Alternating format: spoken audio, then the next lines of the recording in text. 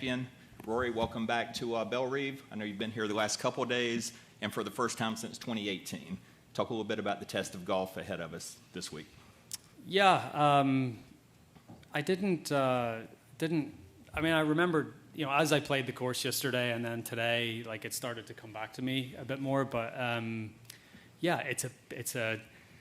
I feel like a lot of these courses that we go to for this tournament, the BMW, they're like big, long, sort of modern golf courses, which I feel sets up well for me. Definitely, this course gives you a little bit more room than Memphis did last week, so that's good for me at the minute. But yeah, it's good to be back. It's BMW Championship. I feel like they've done a really good job of sort of presenting this tournament, all the way through. And yeah, I've historically done pretty well at this tournament. As I said, I feel like we go to golf courses where they set up well for me, and I feel like that's the same this week. Obviously need to improve a little bit from where I was last week to have any sort of a chance, but the golf course is good, and I'm looking forward to getting out there. All right, let's go right into questions. If you'll raise your hand, get a microphone to you. Yep, we can start right here in the front row. Go to Dan. In 2018, Rory, Brooks shot 63, I think, in the second round. Tiger closed with a 64. Do you see those kinds of scores in this golf course right now? I do at the minute because it's soft. Depending on what the weather is over the next few days, if it does dry up a little bit, then maybe it'll present a bit more of a challenge. But I do think with how soft the conditions are, the ball's not really doing much when it hits the greens, and the fairways are quite wide, and they'll play just that little bit wider as well because of how soft it is. So yeah, I could definitely see people go pretty low, especially at the start of the week. All right, Benjamin on the front. Hey, Rory. Nice to meet you. I wanted to ask you, what you've accomplished so much. What drives you? What drives you to try to win a tournament such as this? Yeah, I think it's, I think I've talked about this before, but like, I think if you come into events and all you're thinking about is winning, then it's not, like, there's a lot more to golf than that, right? It's not as binary as you win or you lose. I've had, fifth place finishes that have felt like wins to me because I haven't played very well during the week, but I've got as much out of my game as I can. And look, if I somehow am able to put myself in a position to win this week, that would be amazing. But I think just seeing some progress this week from where I was last week would be a win for me. It's a process, it's a journey. Obviously, you try to build up to those moments where you do put yourself in position to win. But I've played 280, 290 PGA Tour events. I've won 30 of them. So there's a lot of times where you walk away where you don't win, and you have to take the positives from those as well. Yeah, I mean, if I can, I'd need to start playing a bit better than I am now to have a chance, but yeah. All right, let's get Mark and Bob in the middle and then two in the back. Rory, Scotty was asked about the possibility of LIV guys coming back and whether they bring value, in your opinion. Are there guys, if it goes away, that should be allowed back? I mean, I'd argue, have they brought value to LIV? I think PGA Tour is in a really good spot. All right, Bob. Rory, you obviously, going into the Masters, you didn't play for a few weeks, and that strategy worked pretty well for you, obviously. I'm just curious if you've had any difficulty with the balance of tournament golf and not tournament golf at this point of the year, or is just the Masters just such a different animal that you can't compare? I think it's a different animal. I obviously played a lot up until I took the 3 weeks off. Obviously, having to withdraw from Bay Hill wasn't ideal, and then playing with still a slight niggle on my back at the Players wasn't ideal either. But yeah, you're going back to a golf course that I've played since 2009. So and yes, it's changed over the years, but you start to become very, very familiar with it. And yeah, I mean, as the years go on, you try to, life happens and things, that you didn't have in your mid-20s, you have in your mid-30s that you prioritize over golf, right? Prioritize things with your family or, things that you don't want to miss. And, that's sort of that's the stage of life where I'm at, where, I don't, not all my eggs are in the golf basket. There's other things that I want to do, and there's other things that I feel like I have to do. And, like it's a balance, and some years I'll, maybe play more. Some years I'll, maybe play where it's a little bit lighter. But it's just that balance of making sure that you play enough to stay sharp, but then also, I guess, having balance in your life that you feel like you're not missing out on other things that you want to do. Have you found that you have to, though?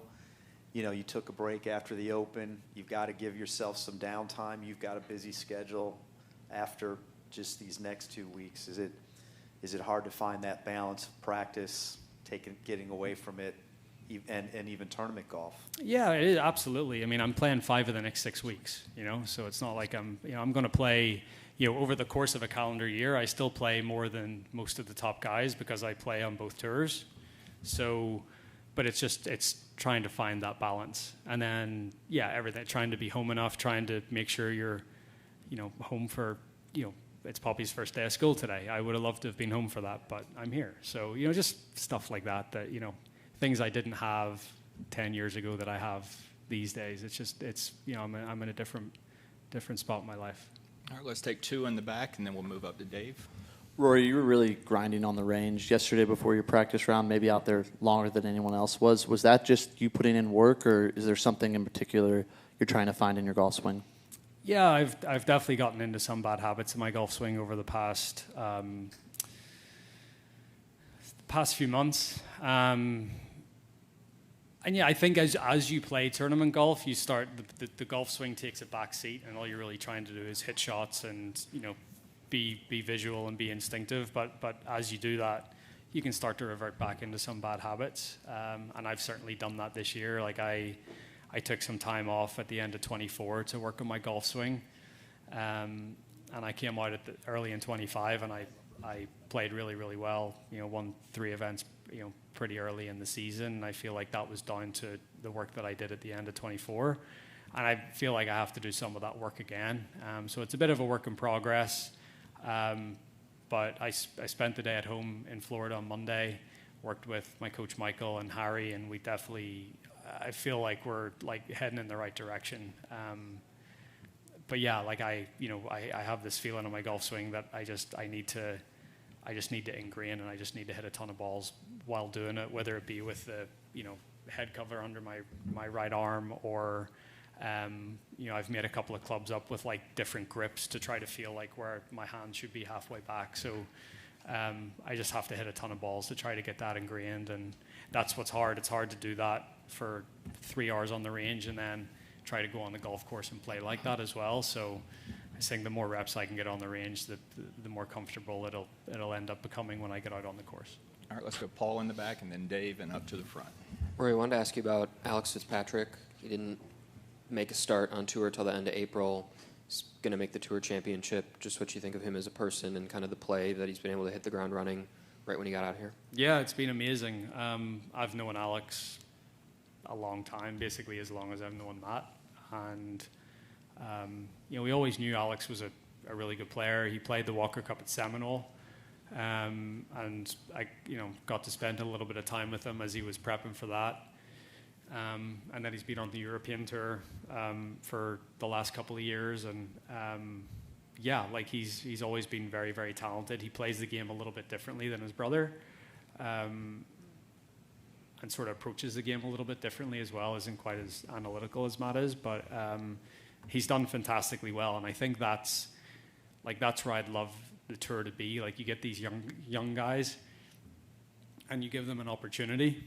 Like, Alex obviously got that opportunity. He played Zurich, won Zurich with his brother, but then was in the signature events, and I think he rattled off like 3 or 4 top 10s in a row in the signature events. So, like, giving young guys a chance, like, I think PGA Tour U program is an amazing thing as well. Like, I think being able to give, and then you look at like Jackson Koiven, Michael Brennan, Michael Thorbjornson, like, you look at all these young guys coming through, that's an amazing thing for the tour, and I think, the more young guys that can get that chance, the better. Do you feel like it's just ebbs and flows of young players? Before that 3-week stretch, we had a run where young players hadn't quite succeeded as much coming right out front. Now a month goes by and there's a bunch of them playing well. Is that just kind of the ebbs and flows of youth in the game? I think it is, but I think the youth have to be given the opportunities, and there has to be clear, defined pathways, which I think are there right now, and I think that's a great thing. All right, let's go Dave and then front row. Rory, two things. One is a loaded question. If a player's won the Masters and the Tour Championship, is that a Player of the Year resume? No. No? No. Not given. I'm not the Player of the Year. No chance. Scotty is. There you go. Well, sorry, there's 2 weeks to go, but right. I firsthand watched him for the first 2 days last week, and if he keeps playing like that, if he gains 9 strokes on the greens every week, we're all effed. Secondly, given your efforts early in the development of LIV Golf, if this week should be its last week, do you take any personal satisfaction from having sort of, I guess, helped to win the battle, if you want to call it that? I don't know. How do you feel about it? It's a hard, like, I feel like I've kept my position consistent that LIV has never been a good thing for the game.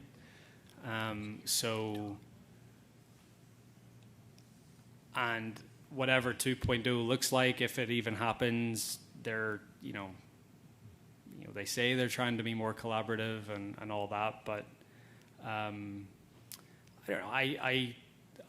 This is the best platform for the top professional golfers in the world. Were there some things at the start of LIV that the PGA Tour could have done better, or sure, but I think that the guys that went, or you think back to the start with, like, say Phil was unhappy with some stuff or whatever it was, like, surely that just warranted a conversation instead of blowing the entire professional game up and doing something else. So I don't take any personal satisfaction of people like losing jobs and like that doesn't seem right, but I've always felt like this is the best place to play professional golf, and I'm pretty sure if the PGA Tour were handed $6 billion, it would have done a better job of it. All right, let's go right here and then Adam. Rory, you're in this baseball crazy town of St. Louis, and in baseball we have the closer, and if he has a bad night, gives up a game-winning home run, the closer always says the key to my success is a short memory. And I'm wondering, like, after what happened in Memphis, can you take us through that? Is the key for you a short memory, or how do you see that?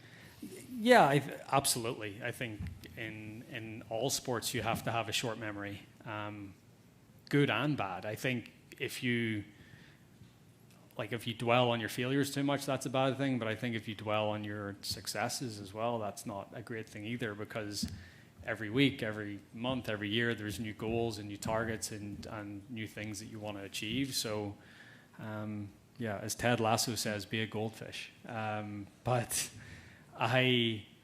there are things that you need to,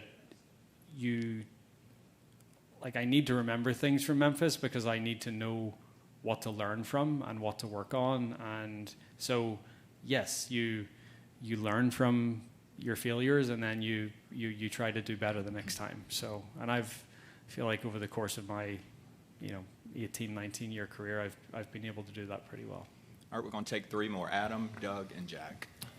Would you elaborate on why you think the PGA Tour is in a great position, and what would you like to see them do with the $1.5 billion that they have? I think they're in a great position because I think that, you know, the emphasis now is on getting the, like, people tune into the PGA Tour because they want to see, like, elite competition, and they want to see things that are meaningful and things that matter. And I think with the creation of the 2028 schedule and things that the FCC are doing with Brian and the rest of the team, I feel like the weeks will be more meaningful, and they will feel like they matter more. And I think also the closer collaboration with the DP World Tour, obviously the Asian Tour has now been brought back into the fold. I think everyone started to work together a little more closely. I just think they're in a really good spot. What I'd like to see them do with the $1.5 billion. I've said this to Brian. I've said it to people that work for him, Drew and whoever else. PGA Tour has got an unbelievable marketing platform. They're on TV basically every week of the year. I think if they could spend that money and like try to own more of the golf space, you think about the recreational game and how much that's booming. They had to get rid of a tee times business during COVID because the reserves got pretty low because of everything that happened. You go down the path of buying part of a tee times website again. You go down the path of like Versant, who I'm involved with, they just bought Full Swing, the tracking company, for $530 million. Like if another say a TrackMan or a Foresight or whatever came up to buy, being able to put money into that and then plugging it into this unbelievable platform that you have for the PGA Tour and being able to scale it that way. So like from a business perspective, there's a lot that they could do with the $1.5 billion. I think they could own more of the golf space, professional and recreational. And now that all the players have equity in the tour, I think that's the way to grow the enterprise value of the business. I mean, I think we all know that by the time the media rights cycle comes up in 2030, if Brian gets the same deal as Jay got in 2020, that would probably be a good deal with the way everything's going in terms of linear TV, streaming. Like NFL's he's talked about this. NFL's going to take more of the media rights going forward with their deal. So the other sports are really just fighting for the scraps that the NFL leave. So if he can get the same deal that we got in 2020, that would be amazing. So in terms of like growing the enterprise value of the business, media rights, sponsorships, yes, sponsors are going to step up and pay for these championship series events, but that money's going straight back into like the tournaments and honestly the players' pockets. But to actually grow the business and grow the enterprise value, they just need to own more of the game on both sides, professional and recreational. Going back to your answer about the LIV players coming back, don't you think it would help to have Bryson, John Rahm, maybe some other player for the next media rights to be able to say all the best players play here? Eventually, yeah, maybe. But I don't think it's, I mean, like eventually they will. Like if they play the golf and they it's not, I'm pretty sure, I'm not part of these discussions, but I'm pretty sure they're not going to be welcomed back straight away. If they were offered this returning member program back in February, the one that Brooks took, then yeah, maybe. But that has sort of come and gone, and I think it was said at the time that the deal that they might get going forward if they do decide to come back isn't going to be as good as the one that Brooks got. So yeah, I'd say it's going to be a tough road back. All right, let's go Doug, and then we'll wrap with Jack. Weird one here, Rory, but as a guy who benefits from it, do you think there's too much money in golf right now? Prize money, I guess, I mean. No, because I think it's whatever the market's willing to pay. And we're getting sponsors to step up and pay for these titles of these championship series events. So, obviously these companies see value in putting that money up. So I don't think so. Again, it's whatever, you know, if someone's willing to pay that, then, you know, that's the market value. And so no. Okay, well, I started there to get to this. As we go forward to whatever the postseason is going to look like in 28, how much should bonus money, prize money, that part of it, be an incentive? Well, I think it's an incentive. I mean, we are professional golfers. Like, we're not just Bobby Jones out there not playing for prize money. So, like, I mean, we turn pro to make money playing golf. I mean, that's a part of it. But I don't think it should be front and center in terms of, like, what we're talking about, right? Like, it should be about other things. Like, I think we should play, you know, I had a conversation with Brian about this yesterday. We should play into the history of, this is the Western Open. This was started in 1899. Like, we should play into that history. That should be what we are talking about when we come to these tournaments. Yes, BMW are putting up the money, and that's amazing that they do, and they support golf all over the world. But this tournament has so much history, and I think that some of that, as we've gotten into, like, commercializing the PGA Tour, has gotten lost. But I think there's a way to thread that needle and be able to do both. All right, last one, Jack. I just want to follow up on what you were talking about with your swing feels and how you said you built up clubs with different grips. Can you elaborate on what you were doing? Are you talking about a different grip, different wraps, changing where the rib is? No, it's so you know that flat cat putter grip? Yeah. So you basically put that on a club at a 45-degree angle. So, like, halfway back, your right hand sits on the flat part of the grip, like on top, like where you'd sort of want your grip to be, like where you want your right. I want my right hand on top of the club halfway back. Oh, okay. So the flat cat just gives you that feeling of where it needs to be. And you hit balls with that, or you just practicing you takeaways? hit balls with that. Yeah, That's cool. yeah. Thank you. All right, Rory McIlroy, thank you for your time. Best of luck Thank this you.